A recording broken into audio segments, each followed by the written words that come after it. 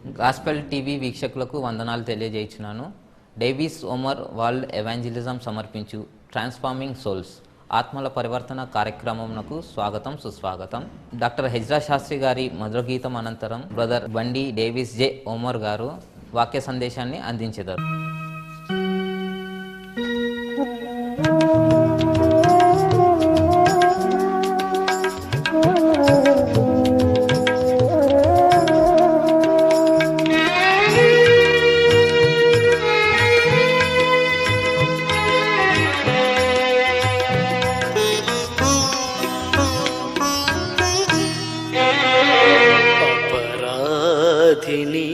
యేసయ్యా కృప చూపి బ్రోవుమయ్యా, అపరాధిని యేసయ్యా కృప చూపి బ్రోవుమయ్యా, నెపమెంచకయే నీ కృపలో అపరాధములను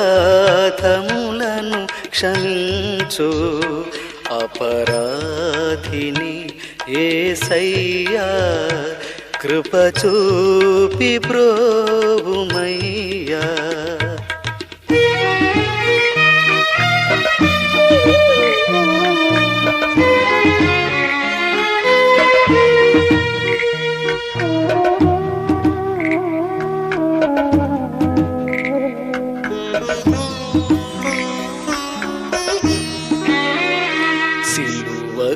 నిన్ను నే కొట్టి తిని, తులువలతో చేరి తిని, కలుషంబులను మోపి తిని, దోషుండనేను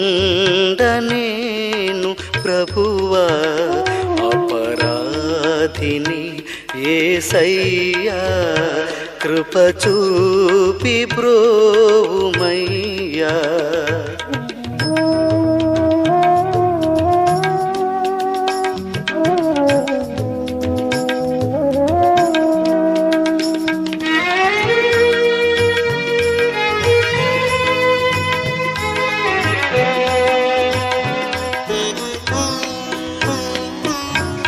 నా వందనాలు తెలియజేస్తున్నాను.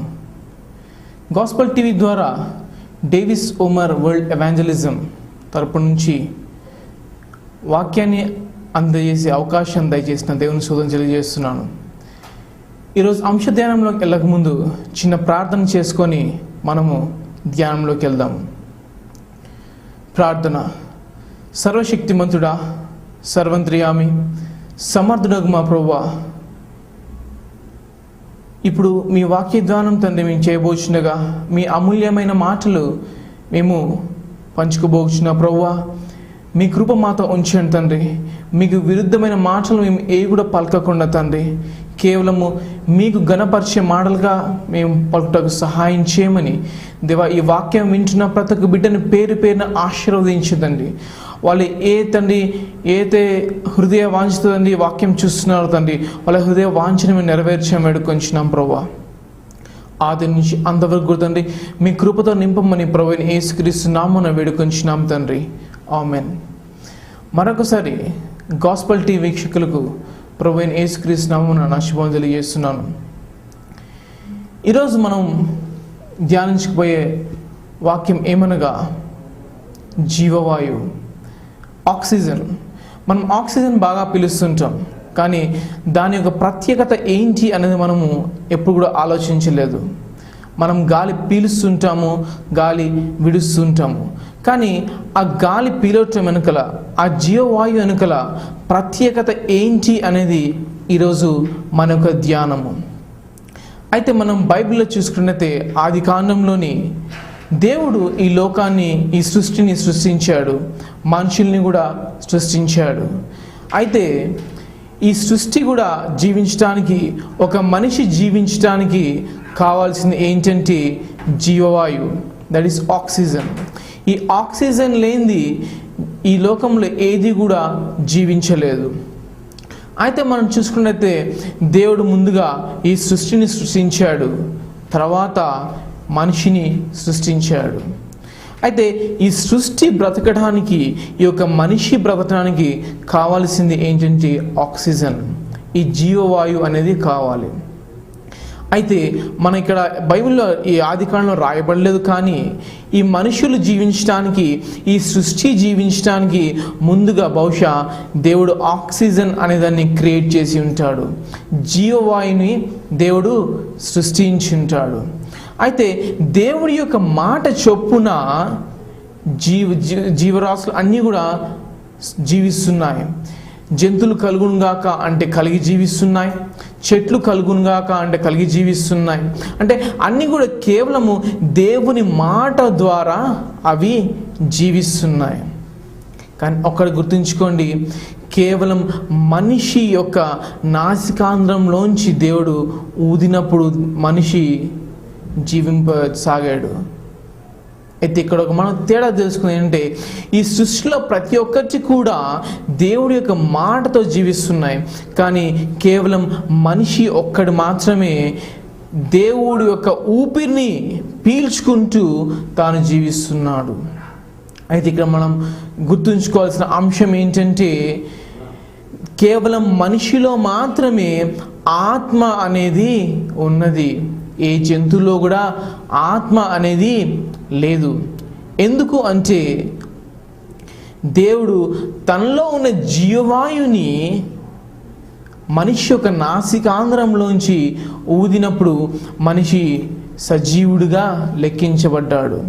అయితే మనం చూసుకుందాము, ఈ యొక్క ఆక్సిజన్ అనగా ఏంటంటే, ఈ లోకపరంగా సైన్స్ ప్రకారంగా ఆక్సిజన్ లేకుండా ఏ మనిషి కూడా జీవించలేడు, ఏ జీవరాశి కూడా జీవించదు ఆక్సిజన్ లేకుండా.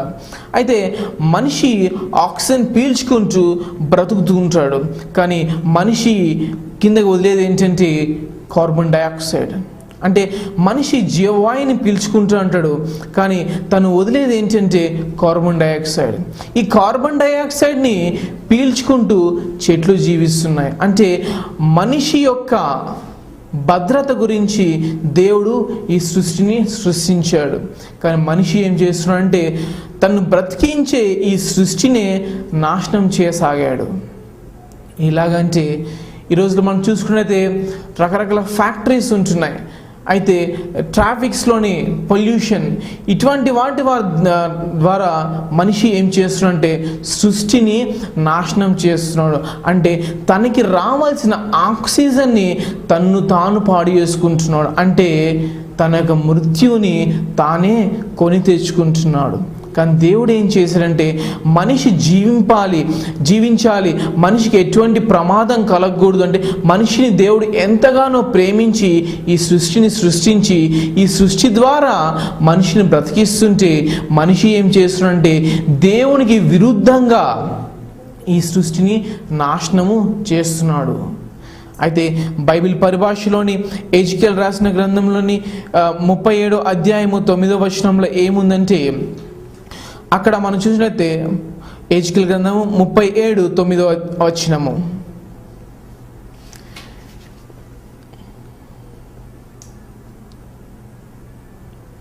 అప్పుడు ఆయన, నరపుత్రుడా, జీవాత్మ వచ్చినట్లు ప్రవచించి ఇట్లను, ప్రభువు యెహోవా సెలవిచ్చున్నదేమనగా, జీవాత్మ నలుదిక్కుల నుండి వచ్చి హతులైన వీరు బ్రతుకున్నట్లు వారి మీద ఊపిరి విడువుము. చాలండి. ఇక్కడ మనం చూసినట్లయితే నలుదిక్కుల నుండి, ఈ నలుదిక్కులు ఏమిటి అనగా మన పరిభాషలోని నార్త్, ఈస్ట్, వెస్ట్, సౌత్ అంటాము. ఈ నలుదిక్కులు అంటే ఈ నలుదిక్కుల్లోని దేవుని యొక్క జీవవాయువు అనేది ఉంది. అంటే ఆ సిచ్యువేషన్లోని ఆ ఎండిన ఎముకలు, ఆ మృతులు, ఎప్పుడో చచ్చిపోయిన వారు ఎముకలు అట్లా పడి ఉన్నప్పుడు ఆ ఎముకలని జాయిన్ అయిపోయి అవి తిరిగి జీవించాలి అన్నప్పుడు దేవుడు ఏం చెప్తున్నాడంటే నలుదిక్కుల నుండి ఆ గాలి వచ్చి ఆ గాలి ద్వారా వాళ్ళు బ్రతకాలి అని చెప్పేసి దేవుడు ఆజ్ఞాపిస్తున్నాడు. అంటే చూడండి, గాలి కూడా దేవుడి మాట వింటుంది. ఎందుకంటే గాలికి తెలుసు ఏంటంటే దేవుడు లేకుండా ఆ గాలి అనేది లేదు. కానీ మనం ఏం చేస్తున్నామంటే ఆ గాలి పీల్చుకుంటున్నాము, అంటే ఆ గాలిని సృష్టించిన దేవుణ్ణి మనము మర్చిపోతున్నాము. మనం పీల్చుకున్న గాలి గుర్తుపెట్టుకుంటుంది, ఈ గాలి మనిషిలోకి వెళ్ళాలి, ఈ గాలి నేను తిరగాలి, ఈ గాలి అటు ఇటుగా ఉండాలి అంటే దేవుడు ఉండాలి అని చెప్పేసి ఆ గాలి గుర్తుపెట్టుకుంటుంది. కానీ ఆ గాలి దేవుడి మాట వింటుంది, కానీ మనిషి మాత్రము దేవుని యొక్క మాట వినకుండా జీవిస్తున్నాడు. ఈ రోజులు మనం చూసుకున్నట్లయితే సిటీస్లోని ట్రాఫిక్స్లోని ముక్కుకి గుడ్డలు పెట్టుకొని లేకపోతే ముక్కుకి ఏదో క్యాప్లా పెట్టుకొని వాళ్ళు ప్రయాణం చేస్తున్నారు. ఎందుకు అంటే వాళ్ళు మోటార్ బైక్స్ నడుపుతున్నప్పుడు కానీ ఆ ట్రాఫిక్లో ఉన్నప్పుడు కానీ ఆ వస్తున్న పొల్యూషన్ వాళ్ళు పీల్చుకుంటున్నప్పుడు ఏమవుతుందంటే ఊపిరితిత్తులు అనేవి పాడైపోతున్నాయి. అంటే మనిషి మరణానికి దగ్గరగా అవుతున్నాడు. అయితే ఇంకోటి ఏంటంటే మనిషి ఊపిరి పీల్చుకుంటున్నాడు, ఊపిరి పీల్చుకుంటూ వదులుతున్నాడు. కానీ ఇప్పుడు పీల్చుకున్న ఈ ఊపిరితోటి, ఇప్పుడు పీల్చుకున్న ఈ ఆక్సిజన్ తోటి ఏమి చేయాలి అనేది మాత్రము మర్చిపోతున్నాడు. దేవుడు తన మనిషి యొక్క నాసికాంధ్రం నుంచి జీవవాయువును ఊది మనిషిని సజీవులోకి లెక్కింపజేశాడు. అంటే ఇప్పుడు నువ్వు నేను సజీవ లెక్కింపులో ఉన్నాము అంటే కేవలము దేవుని యొక్క ఊపిరి వల్ల, ఆ జీవవాయువు వల్ల. That is called oxygen. Oxygen ఆషామాషి కాదండి, ఆక్సిజన్ ఏదో మనిషి సృష్టించింది కాదండి, ఆక్సిజన్ ఏదో ఆ సిలిండర్స్ హాస్పిటల్లో ఉండి సిలిండర్స్లోంచి వచ్చేది కాదండి. అది దేవుని యొక్క జీవవాయువు. అంటే దేవునిలో ఏదైతే ఊపిరి ఉందో ఆ ఊపిరే మన చుట్టూ ఉంటుంది. చూడండి, దేవుడు మనల్ని ఎంతగా ప్రేమిస్తున్నాడు. నిన్ను నన్ను అనుక్షణం మర్చిపోకుండా, కునుకగా నిద్రపోకుండా దేవుడు నిన్ను నన్ను కాచి కాపాడుతుంటే మనం ఏం చేస్తున్నామంటే మనం కళ్ళు మూస్తున్నాము, తెరుస్తున్నాము, కానీ దేవుడి గురించి ఆలోచించడం మాత్రం మనము మర్చిపోతున్నాం. ఎస్ మై డియర్ ఫ్రెండ్స్, దేవుడు ఈరోజు నాతోటి మాట్లాడుతున్న మాట ఏంటంటే, నువ్వు నేను పీల్చుకుంటున్న ఊపిరి ఏదో మన ఘనత వల్ల కాదు, ఏదో మనకున్న ప్రాఫిట్ వల్ల కాదు, ఏదో మనకున్న ధనం వల్ల కాదు, ఏదో మనకున్న గొప్పదనం వల్ల కాదు, కానీ దేవుని యొక్క కృప వల్ల నువ్వు నేను ఆక్సిజన్ పీల్చుకుంటున్నాము. అదే ఆక్సిజన్ లేకపోతే నువ్వు సంపాదించిన సంపాదన ఎక్కడ పోతుంది, నువ్వు పెంచుకున్న పిల్లలు ఎక్కడ పోతారు, ప్రతి ఒక్కటి కూడా ఎక్కడికి వెళ్ళిపోతావు. ఒక్కసారి నువ్వు జ్ఞాపకం చేసుకో. ఏదో ఆషామాషిగా నువ్వు దేవుడి వాక్యం తీసుకోవద్దు. దేవుడు నువ్వు ఎట్లా జీవించాలి, ఈ లోకంలో ఎట్లా ఉండాలి అనేది ప్రతి ఒక్కటి లెక్కింప చేసి ఉంచాడు. అదే పరిశుద్ధ గ్రంథం. ఆ పరిశుద్ధ గ్రంథం నువ్వు నేను చదివినట్లయితే అందులో ఉంటుంది ప్రతి ఒక్కటి. ఏంటంటే నువ్వు ఊపిరి పీల్చుకుంటున్నావు, ఆ ఊపిరి యొక్క అర్థం ఏంటి అనేది పరిశుద్ధ గ్రంథంలో ఉంటుంది. ఈ రోజుల్లోని చాలామంది ఏం చేస్తున్నారంటే పరిశుద్ధ గ్రంథంని కేర్ నాట్గా వదిలేస్తున్నారు. మనకి ఎంతోమంది సహోదరులు ఉన్నారు, హైందవ సహోదరులు ఉన్నారు, ముస్లిం సహోదరులు ఉన్నారు. ఏ సహోదరుల దగ్గర కూడా వాళ్ళ యొక్క పరిశుద్ధ గ్రంథం చూడము, కానీ కేవలము క్రైస్తవుల దగ్గర మాత్రమే పరిశుద్ధ గ్రంథం అనేది ఉంటుంది. ఎందుకు తెలుసా మై డియర్ ఫ్రెండ్స్? అవును, దేవుడు తన్ను తానుగా నీ దగ్గరికి నా దగ్గరికి రావాలని ఆశపడుతున్నాడు. కనుకనే బైబిల్ అనేది నీ చేతిలోని నా చేతిలోని ఉంది. నువ్వు పీల్చే ఆక్సిజన్ ఎక్కడి నుంచి వచ్చిందంటే ఈ యొక్క బైబిల్లో జనరేట్ అయింది. ఎందుకంటే యోహాను సువార్తలో ఉంటుంది, ఆది యందు వాక్యం ఉండెను, వాక్యము దేవుడై ఉండెను. ఎస్ మై డియర్ ఫ్రెండ్స్, ఆ వాక్యమే ఆక్సిజన్ని సృష్టించింది. ఆ ఆక్సిజనే ఇప్పుడు నువ్వు నేను పీల్చుకుంటున్నాం. ఆ జీవవాయువే నిన్ను నన్ను సజీవుల్లోకి లెక్కింపచేస్తుంది. కీర్తనలు 104 అధ్యాయము 29వ వచనం మనం చూసుకుందామండి.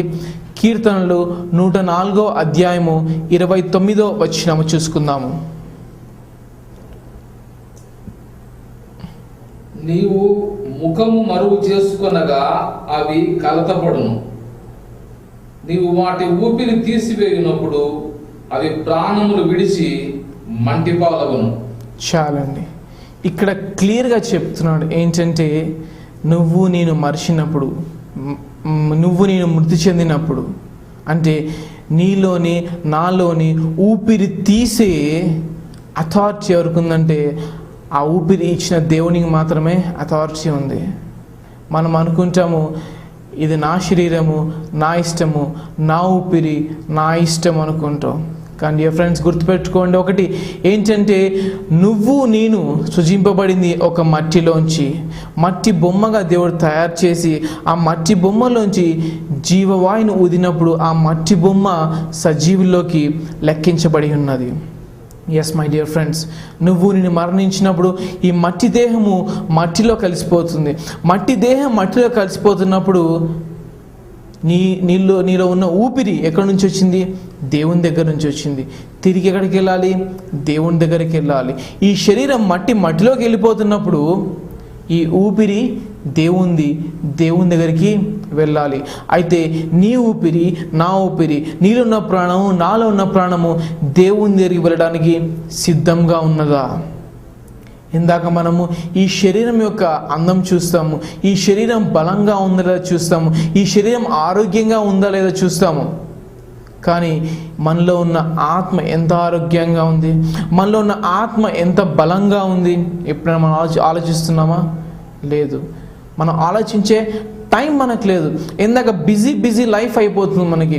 బిజీ అనగా బీయింగ్ అండర్ సాటన్స్ యోక్. అవును ప్రియుడా, మనం ఎప్పుడైతే బిజీగా ఉంటామో సైతాన్ యొక్క గుప్పిట్లో మనం ఉంటాము. సైతాన్ మనల్ని ఎప్పుడు కూడా బిజీ చేసేస్తుంది. ఎంత బిజీగా ఉంటామంటే తెలుసా, దేవునికి థ్యాంక్స్ చెప్పే అంత టైం కూడా నీకు లేదు. నువ్వు అడుగుతావు, దేవా నాకు ఇది కావాలి అది కావాలి అని చెప్పి పెద్ద లిస్ట్ తయారు చేసి దేవుని అడుగుతూ ఉంటావు. కానీ ఆ లిస్ట్లో ఇచ్చిన ప్రతి ఒక్కటి ఇచ్చిన దేవుని మాత్రము నువ్వు మర్చిపోతావు. ఎందుకంటే అవన్నీ దొరికినాయి కదా, ఇంకా దేవుడితో నీకు సంబంధమే ఉంది. సారీ మై డియర్ ఫ్రెండ్స్, ఇప్పుడు నీ ఆలోచన అలా ఉన్నట్లయితే దేవుడు నీ జీవితంలో నా జీవితంలో ఏ కార్యం కూడా చేయడానికి ఇష్టపడడు. ఎందుకంటే దేవుడు పరిస్థితుల్లో ఏమంటున్నాడంటే, అడుగుడి మీకు ఇవ్వబడును, తట్టుడి మీకు తీయబడును, వెతుకుడి మీకు దొరుకును. అంటే గాడ్ ఈజ్ అన్ లిబర్టీ. నీకు ఏది కావాలన్నా ఇవ్వడానికి దేవుడు సిద్ధంగా ఉన్నాడు.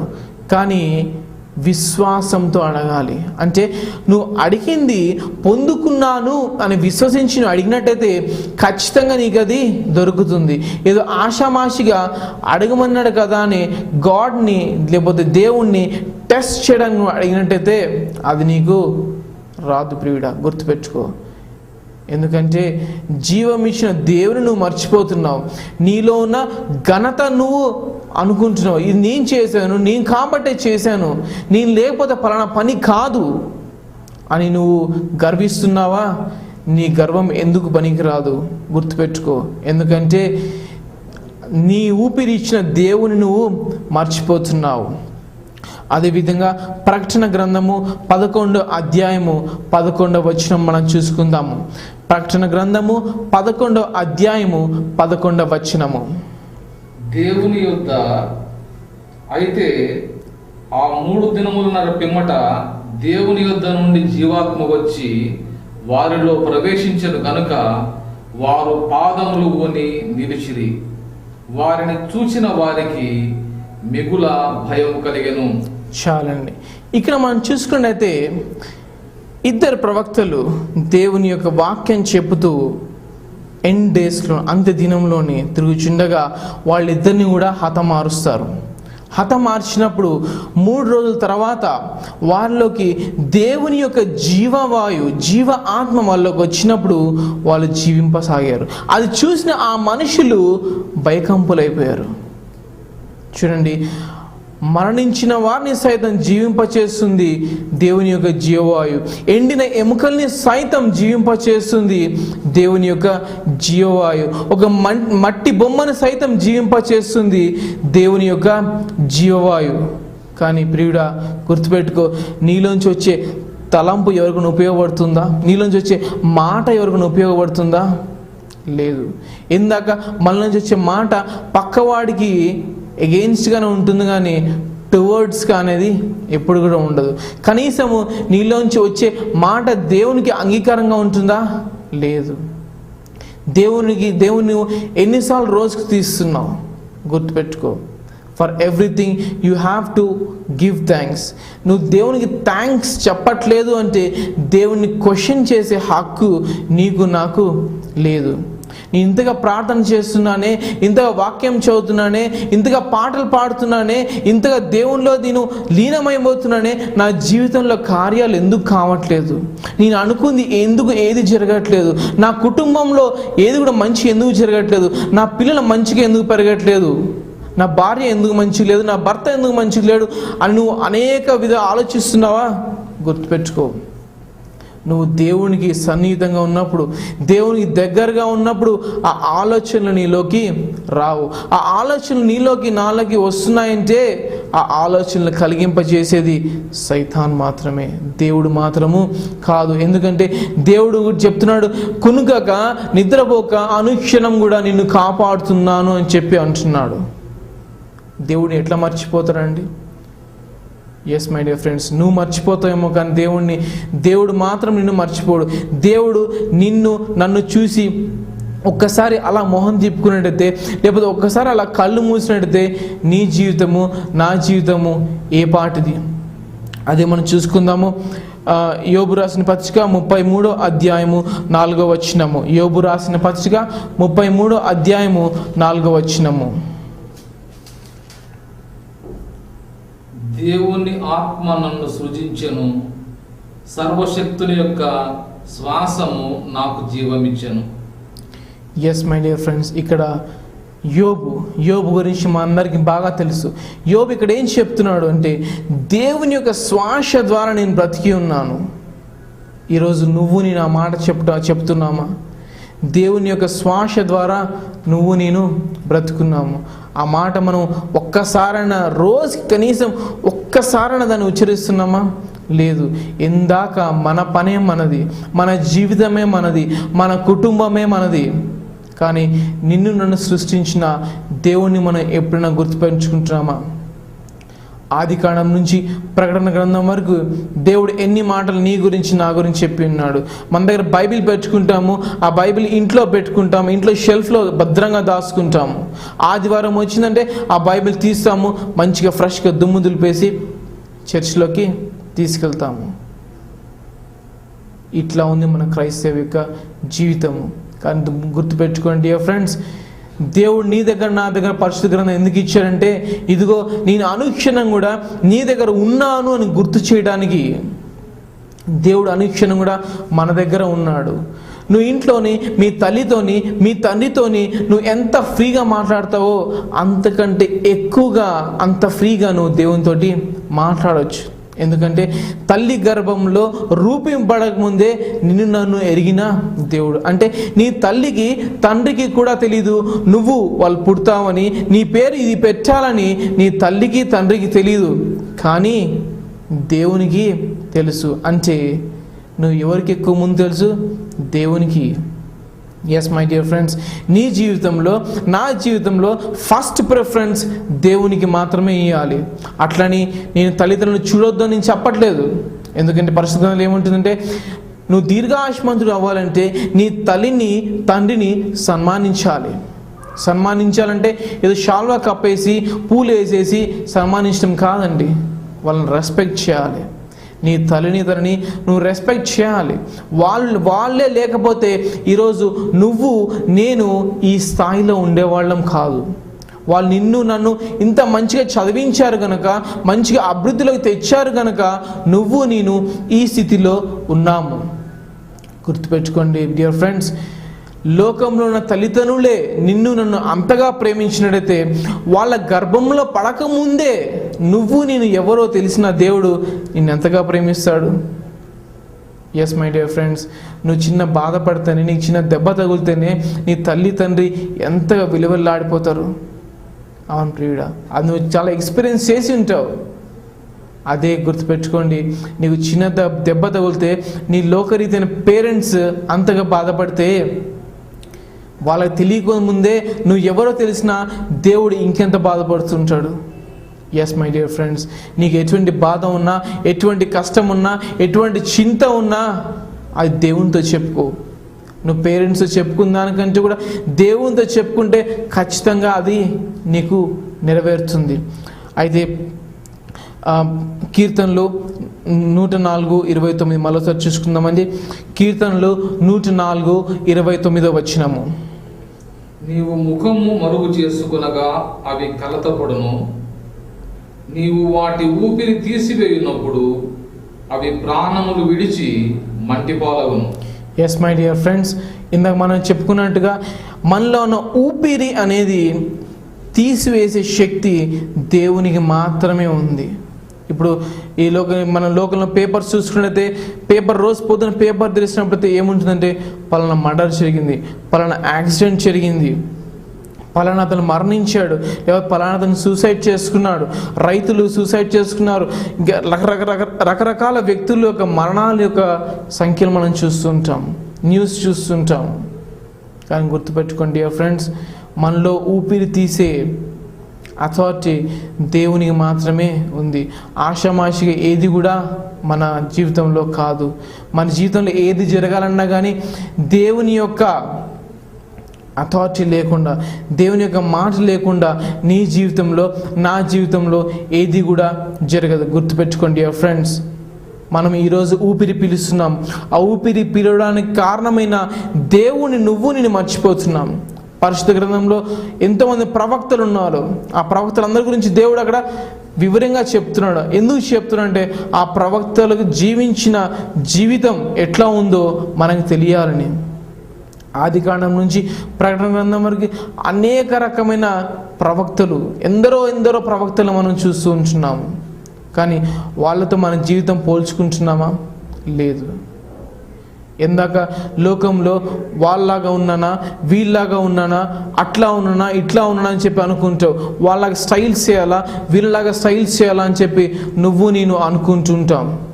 కానీ గుర్తుపెట్టుకో డియర్ ఫ్రెండ్స్, నేను ఎలాగా ఉండాలి, ఎలా జీవించాలి అనేది చెప్పేది పరిశుద్ధ గ్రంథం ఒకటి మాత్రమే.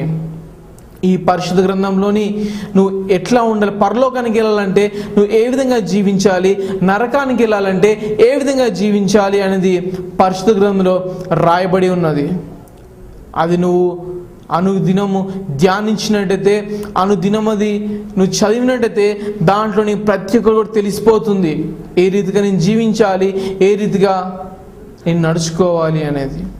జీవం మరణం అంట పరిశుద్ధం బట్టి ఏముందంటే, జీవం మరణము నాలుక వశము. నీ నాలుక నువ్వు భద్రపరచుకోవాలి. ఎస్ మై డియర్ ఫ్రెండ్స్, మరొకసారి చెప్తున్నాను, ఆక్సిజన్ అంటే ఏంటంటే it's a breath of life. It's a breath of life is called oxygen. అంటే దేవునిలోంచి వచ్చేది oxygen. Yes my dear friends, పరిశుద్ధ గ్రంథము ఆక్సిజన్. దేని తెలుసా? నీలో ఉన్న ఆత్మకి కూడా అది ఆక్సిజన్. దేవుడి సృష్టిని ఎంతగానో ఇష్టపడి సృష్టించాడు. ఆ సృష్టిని అంతా కూడా దేవుడి యొక్క మాటతో సృష్టించాడు. ఆ దేవుడు ఆ మాటతో సృష్టించినప్పుడు నేను ఎంత లోబడి దేవునికి జీవించాలి ఒకసారి గుర్తుపెట్టుకో. Oxygen is called a breath of God. Let the breath of God be done in your life. ఆ దేవుడు ఇచ్చిన ఊపిరి నువ్వు పీల్చుకుంటున్నప్పుడు ఆ పీల్చుకుంటున్న ఊపిరికి నువ్వు న్యాయం చేయాలి. ఆ న్యాయం చేయటం అంటే ఏదో ఎక్కువ చెప్పేయటం కాదు, లేకపోతే ఏదో నేను బహాటంగా నేను క్రైస్తవుణ్ణి అని చూపించుకోవటం కాదు, కానీ దేవునికి అంగీకారంగా జీవించుట, దేవునికి అనుకూలంగా జీవించుట. దేవుడు పరిశుద్ధ గ్రంథంలో 10 ఆజ్ఞలు నీకు నాకు ఇచ్చి ఉన్నాడు. ఆ 10 ఆజ్ఞలు చొప్పున జీవించుట. ఎస్ మై డియర్ ఫ్రెండ్స్, దేవుడు ఈరోజు నాతోటి బహుశా ఈ వాక్యం ద్వారా మాట్లాడుతూ ఉండవచ్చు. నువ్వు పీల్చుకుంటున్న ఊపిరి ఏంటి అనేది ఈరోజు ఒక వాక్య ధ్యానం ద్వారా మనం తెలుసుకున్నాం. ఇంకా ఇటువంటి అనేక రకమైన విషయాలు మనం తెలుసుకోవాలని చెప్పేసి దేవుని దగ్గర మనం మొరపెడదాం. ఈ గాస్పల్ టీవీ ద్వారా అనేక రకమైన కొత్త వాక్యాలు, కొత్త విషయాలు దేవుడు నీకు నాకు తెలియచేయాలని చెప్పేసి దేవుని మనం అడుగుదాము. ఈ గాస్పల్ టీవీ ద్వారా ఎన్ని రకమైన వాక్యాలు మనం వింటున్నామో ఆ ప్రతి ఒక్క ఆ వాక్యం ద్వారా దేవుడు నాతోటి మాట్లాడాలని చెప్పేసి దేవుని ప్రార్థన చేసుకుందాం. కళ్ళు మూసుకున్నట్లయితే మనందరం కూడా ప్రార్థనలో పాల్గొందాం. స్తోత్రం ప్రభా, సర్వశక్తిమంతుడా దేవా, ఇప్పటి వరకు తండ్రి మీ యొక్క జీవవాయు గురించి తండ్రి మాతో మాట్లాడిన విధానం బట్టి స్తోత్రం చెల్లిస్తున్నాం ప్రభా.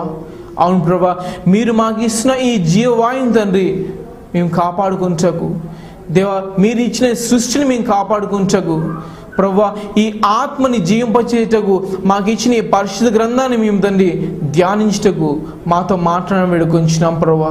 ఈ వాక్యం ఇచ్చిన ప్రతి ఒక్క బిడ్డని పేరు పేరున ఆశీర్వదించండి. ఏ ఆశతో అయితే ఈ వాక్యం ఇచ్చినారు తండ్రి, వాళ్ళ ఆశను నెరవేర్చడం వేడుకొంచున్నాం ప్రభా.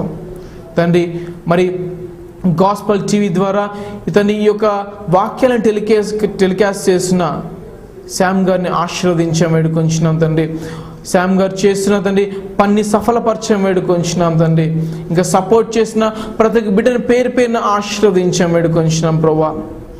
దేవా ఇజ్రా శాస్త్రి గారిని కూడా మేము ఆశీర్వదించడం వేడుకొంచున్నాం ప్రభా. దేవ స్తోత్రం తండ్రి. ఇంకా తండ్రి మా మేలు కోరుతున్న ప్రతి ఒక్క బిడ్డను ఆశీర్వదించండి. మా ప్రార్థన అవసరాలు కోరుతున్న ప్రతి ఒక్క బిడ్డను పేరు పేరున ఆశీర్వదించడం వేడుకొంచున్నాం ప్రభా. మీరు అక్కడ ఆలస్యమైతే మీ చిత్తమైనట్టే మరొకసారి తండ్రి మీ స్థలంలో చేర్చించే అవకాశం దయచేయమని ప్రభువైన యేసుక్రీస్తు నామమున వేడుకొంచున్నాం తండ్రి. Amen. May God blessings be with you all. Amen. విన్నవి వాక్యం మీకు ఆశీర్వాదకరంగా ఉన్నదని భావిస్తున్నాము. మీ ప్రార్థన అవసరాల కొరకు సంప్రదించవలసిన మా చిరునామా Bandi Davis J Omar, door number 62, D type, heavy water plant colony, Ashwapuram, Khammam district. Pin code 507116. Phone number 9490974514, 9440563804. Email address omar